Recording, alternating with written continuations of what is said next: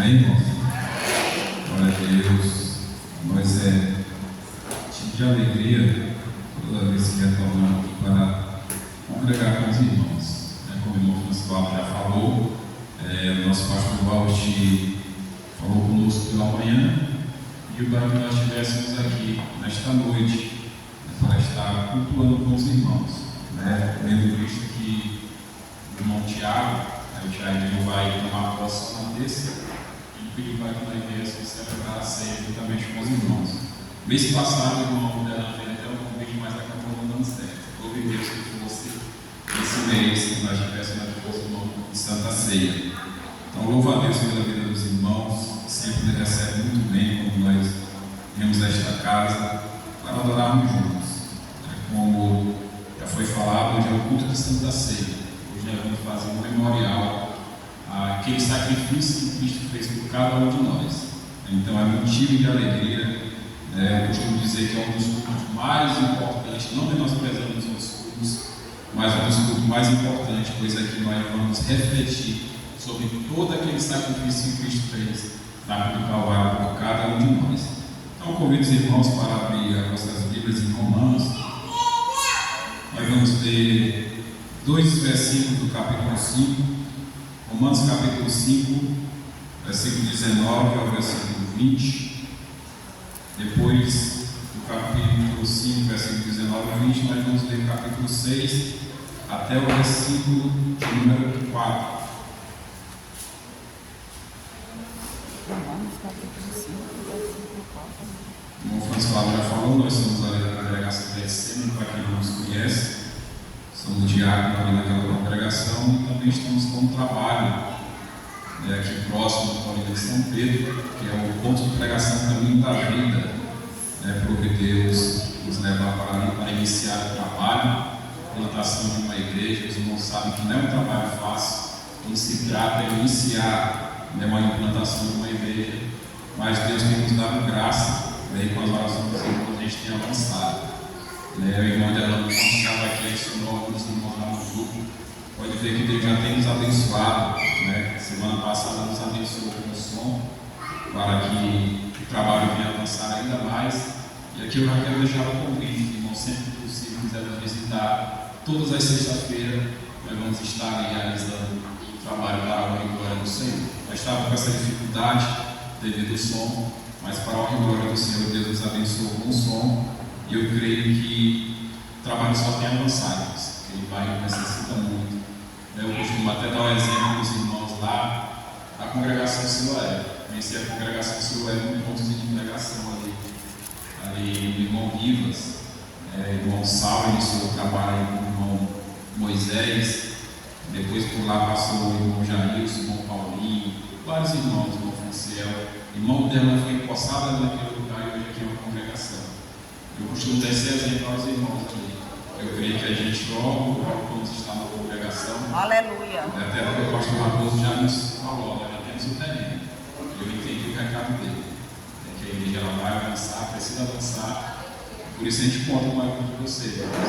Até falei com o pastor Walter, acho que ele vai conversar com a gente, porque é um trabalho que não é um ponto de pregação da gente sempre, vai fazer parte da Siloé, porque se trata de ser mais próximo, porque lá perto da congregação do Ensino já tem muitos pontos de pregação. Então eu creio que vai passar definitivo para o ponto de pregação da congregação Siloé, porque é o local mais próximo, e aí já nós contamos com o apoio dos irmãos. Amém? Aleluia. A gente sabe que na sexta-feira, irmão, tem muitos a fazer a agenda da Assembleia de Deus, que eu dizer que ela tem apertada. Às vezes, algumas sexta-feiras a gente não realiza devido a alguns trabalhos geral. Mas sempre que possível, nós estamos lá com portas abertas para receber os irmãos. Eu creio em nome de Jesus que lá vai crescer ainda mais com a ajuda dos irmãos da congregação Siloé. Amém? Os irmãos encontraram Romanos capítulo 5, versículo 19 e versículo 20. Que diz assim: porque como pela desobediência de um só homem muitos foram feitos pecadores, assim pela obediência de muitos serão feitos justos. Veio, porém, a lei para que a ofensa abundasse, mas mas onde o pecado abundou, superabundou a graça. Aleluia. Capítulo 6, versículo 1. Que diremos, pois? Permaneceremos no pecado para que a graça abunde? De modo nenhum. Nós que estamos mortos para o pecado, como viveremos ainda nele? Ou não sabereis que todos quantos fomos batizados em Jesus Cristo, fomos batizados na sua morte, de sorte que fomos sepultados com ele pelo batismo na morte, para que, como Cristo ressuscitou dos mortos, pela glória do Pai, assim andemos nós também em novidade de vida. Louvado seja o nome do Senhor. Queridos irmãos, nós não vamos nos alongar muito na mensagem, já tem a celebração da Santa Ceia, mas o que nós temos a trazer para os irmãos é a respeito para que nós venhamos entender o real motivo da morte de Cristo na cruz do Calvário. O versículo 19 e o versículo 20 que nós vemos no capítulo 5, ele vai falar que pelo homem entrou a morte neste mundo, mas também pelo outro homem entrou a vida e vida em abundância para todos nós. Esse primeiro homem foi responsável por trazer o pecado para a humanidade. Muitos costumam dizer o primeiro Adão, que foi responsável por pecar em Jardim do Éden, e através desse pecado eu e você passamos a ver, ser considerados afastados da presença de Deus. Mas Deus ele já tinha uma solução, que era enviar o seu Filho Jesus para morrer na cruz do Calvário. Mas para que nós venhamos entender a origem do pecado, de fato, a teologia, mais precisamente na martirologia, que fala do estudo e a doutrina do pecado, a marcha quer dizer erro, quer dizer pecado, a teologia quer dizer estudo. Então a martirologia, que é o estudo do pecado, vai nos falar sobre a origem real do pecado. Muitas das vezes nós achamos que o pecado originou-se apenas ali no Jardim do Éden. Claro, o pecado originou-se na humanidade ali. Mas o pecado ele teve origem, de fato, iniciou-se tudo na rebelião dos anjos ali na região celestial. Ali se originou, de fato, o pecado, quando Lúcifer e uma boa parte dos anjos, um terço dos anjos, se rebelaram contra Deus. Então ali inicia-se, origina-se o pecado. A partir do momento que Lúcifer tentou se igualar a Deus, originou o pecado. Mas trazendo para nós, o pecado teve origem na humanidade, lá em Gênesis, lá no Jardim do Éden. A partir daquele momento, nós passamos a carregar o jugo do pecado sobre as nossas vidas. A partir do momento que Deus criou o homem, estabeleceu uma ordem sobre ele, apenas uma ordem, que era de não comer de um certo fruto, de uma certa árvore. A partir do momento que ele desobedece, aí origina o pecado na humanidade. A partir daquele momento, nós passamos a ser considerados impuros e injustos na presença de Deus. Então Deus ele precisaria de uma solução para salvar tanto a mim, quanto a você e quanto a humanidade. E a única solução era de mandar o seu cidadão a esta terra. O homem, próprio Deus em forma de homem, para mostrar para a humanidade que era possível sim o homem viver aqui nesta terra de forma justa, de forma limpa e sem pecado algum, porque a Bíblia bem claro diz que ele se despiu de sua glória, porque nós sabemos que Jesus Cristo é o mesmo Deus. Lá em João capítulo 1 nos prova isso, e é um texto que nós podemos usar para confrontar aqueles que ousam dizer que Jesus Cristo não é o mesmo Deus, que Jesus Cristo não é o mesmo Deus Santo. A Bíblia não vai nos trazer a respeito de falar que Deus é um Deus trino, um Deus uno, mas a teologia nos ensina isso. Um Deus uno, que ele é três pessoas um só. E um Deus trino, quando ele fala a respeito da Trindade, Deus Pai, Deus Filho e Deus Espírito Santo. Mas existem pessoas aí que defendem e dizem que Jesus Cristo é um, que o Espírito Santo é outro, que Deus é outro. Mas João capítulo 1 é bem claro, como disse, no princípio ele era o Verbo estava com Deus, E aí esse verbo ele veio a esta terra em forma de carne e habitou em nosso meio. Ou seja, o próprio Deus se fez em forma de homem em esta terra para nos resgatar. Glória. É por isso que nós vamos fazer isso em memória dele nesta noite. Aleluia. É celebrar a Santa Ceia. Pão que simboliza o corpo de Cristo, que foi dislacerado na cruz do Calvário, que foi chicoteado, e o sangue que simboliza, o vinho que simboliza o sangue de Cristo que foi derramado na cruz do Calvário. Então, a partir desse momento, irmãos, que Adão peca juntamente com Eva, origina-se o pecado no mundo. E precisaria que esse pecado fosse removido das nossas vidas. Então, Cristo veio a esta terra, e a partir do momento que ele morre na cruz do Calvário, toda a humanidade é alcançada pela graça. Até aqueles que estão lá fora foram alcançados pela graça de Cristo. Nós sabemos que a graça aqui é um favor merecido. Aqueles que estão lá fora não mereciam nem merecem a morte de Cristo na cruz do Calvário, enquanto eles não, de fato, entregaram a sua vida a Cristo. Mas Deus, sendo tão bom, lá em João capítulo 3, versículo 16, que Ele amou o mundo de tal maneira que deu seu Filho unigênito, para que todo aquele que nele crê não pereça, mas tenha a vida eterna. Se você observa, é bem claro que Ele disse que Deus amou o mundo. A partir daquele momento, toda a humanidade foi alcançada pelo sacrifício de Jesus. Ou seja, e nós costumamos dizer, a teologia também nos ensina que a graça comum. A graça comum ela alcança todos. Um exemplo, o sol ele não vem somente sobre nós, mas também vai para os injustos. A chuva também não vem somente para nós, mas vai também para os injustos. Ou seja, graça comum.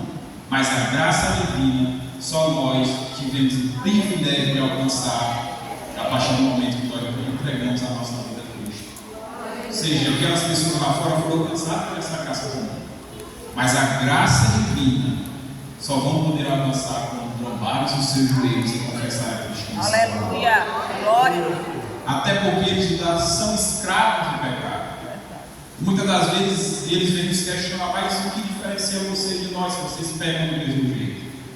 O que diferencia a igreja deles é que nós podemos até pecar, mas nós não somos e nem devemos ser escravos do pecado. Porque quando Cristo morreu, nós fomos sepultados juntamente com Ele. Nossos pecados foram perdoados, e a partir desse momento, eu e você não temos mais nenhuma condenação sobre nossas vidas.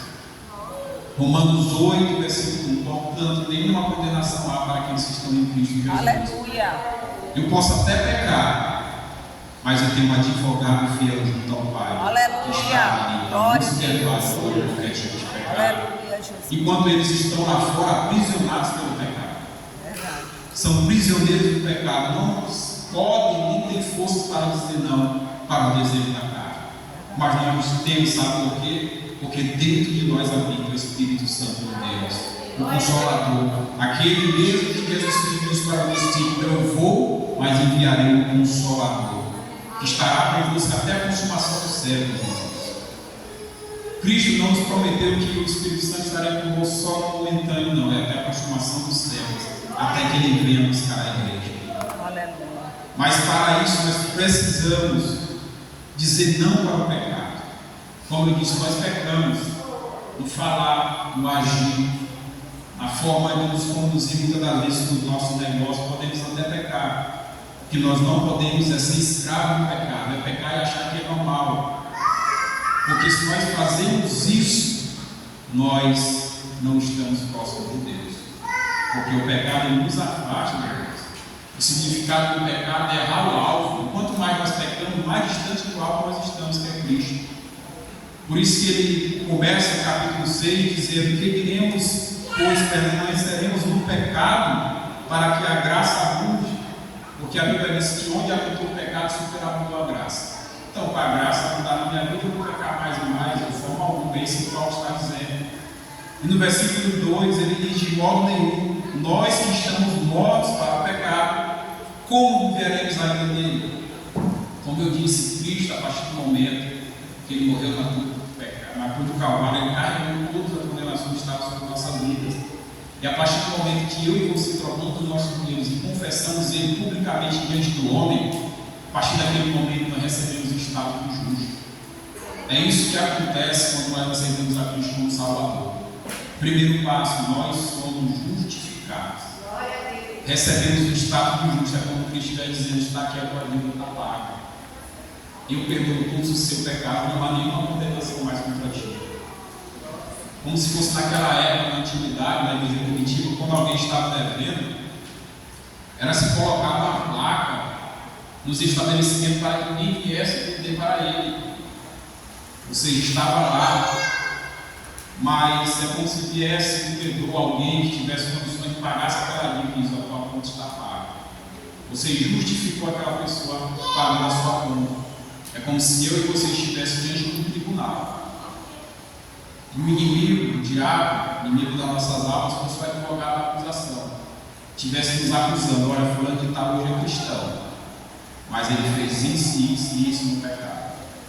Aí entra o advogado justo e fiel, que é Jesus Cristo, e mostra as suas feridas diante daquele advogado que a acusação diz: olha, a dívida dele já foi paga. Aleluia. A dívida dele já foi paga na cruz do Calvário, através do meu corpo e através do meu sangue. É isso que acontece conosco. Mesmo que o inimigo venha tentar nos acusar todos os dias e apontar os nossos erros do passado, mas Paulo também escreve na sua carta, Coríntios, dizendo: quem está em Cristo, nova criatura. As coisas velhas se passaram, tudo se fez novo. Talvez o teu passado tenha tentado te acusar todos os dias. Isso é obra do inimigo para tentar te afastar da presença de Deus. Mas nesta noite eu quero te dizer que está escrito no versículo 4, a última parte do versículo diz que nós vivemos em novidade de vida. Através do sacrifício na cruz do Calvário, nós passamos a ter esse privilégio de viver em novidade de vida. E é isso que Cristo espera de nós. Então, quando nós aceitamos a Cristo como Salvador, nós somos justificados. Segundo, nós passamos pelo processo da regeneração, que é a regeneração de uma nova pessoa, um novo eu, um novo Tiago, uma nova igreja, congregação Siloé. Isso é que acontece quando nós aceitamos a Cristo como Salvador. Aleluia. Terceiro, o que acontece quando nós entregamos a vida a Cristo? O processo de santificação. Irmãos, esse processo é algo doloroso.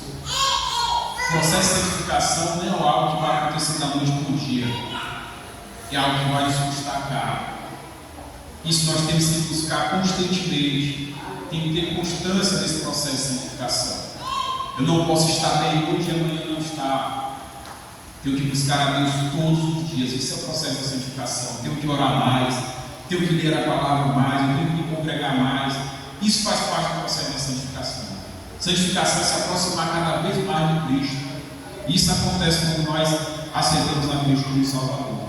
Como eu disse, a regeneração, uma nova criatura, é um novo eu, mas isso não vai anular a carne que habita dentro de nós e nos impedir de pecar, não. Por isso que é importante o processo de santificação. Quanto mais eu me santifico, mais parecido com Cristo eu fico, mais próximo de Deus eu fico. Por isso é importante o processo de santificação. Mas o mais importante vai acontecer quando Cristo vir buscar a sua igreja. Qual é o processo, irmão Tiago? De glorificação. É por isso que nós devemos buscar todos os dias a santificação, sem a qual ninguém verá a Deus. Porque depois da santificação vem a glorificação. Corpo igual ao de Cristo, um corpo incorruptível. Aí sim, igreja, o pecado não vai ter mais domínio sobre a nossa vida. Aleluia. Porque nós vamos receber um corpo igual ao de Cristo. Glória a Deus. Mas o pecado ele está todos os dias batendo na nossa porta. Cabe a nós abrirmos e deixar ele fazer morada. Porque enquanto nós estivermos nesse corpo carnal, nós não somos nenhum super-homem. Nós não somos nenhum super-crente, nós estamos sujeitos a errar, a pecar, a cair. Mas existe um Deus que está de braços abertos para perdoar todo e qualquer tipo de pecado. Mas o que acontece, irmãos, é que muitos não têm essa coragem, esse desejo de buscar a Cristo. Por isso que estão lá fora. Muitos que estavam no nosso meio, que hoje não estão mais com sem força para buscar a regeneração, a santificação, para que um dia venha fazer parte desse processo da glorificação. Então, irmãos, o pecado, ele vai trazer dois tipos de morte para a nossa vida. Mas uma dessas mortes pode ser evitada. Outra acontece naturalmente, se assim for a vontade de Deus. Qual tipo de morte, irmão Tiago? Existe a morte física e a morte espiritual. Que isso é consequência do pecado. Hoje nós sofremos de doenças devido ao pecado, são consequências do pecado. O pecado de Adão e Eva, aquilo que eles cometeram lá no livro de Gênesis, no início de tudo, hoje nós carregamos essas consequências. Então a morte física, quando chegar o dia, irmãos, quando chegar a vontade de Deus, a gente não pode evitar. Deus nos recolhe para agora e pronto. Mas a morte espiritual a gente consegue evitar. Como, irmão Tiago? Dizendo não para o pecado, dizendo não para o desejo da carne. Você pode sim evitar essa morte espiritual, porque o Espírito Santo que habita dentro de nós, esse sim nos dá a capacidade de dizer não para o pecado.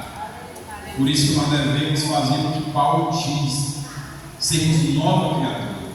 E a nova criatura, ela não anda segundo o desejo da carne, ela não anda segundo a sua própria vontade, mas segundo a vontade de Deus, que é boa, perfeita e agradável. Então o que nós vamos fazer aqui, irmãos, não é algo simples. Para alguém estar lá fora e ver, assistir os cultos de Santa Sé, pode ser algo normal. Os irmãos estão ali apenas se alimentando com pão, bebendo suco, mas para nós tem um significado muito importante. Aleluia. Que é a morte de Cristo na cruz do Calvário.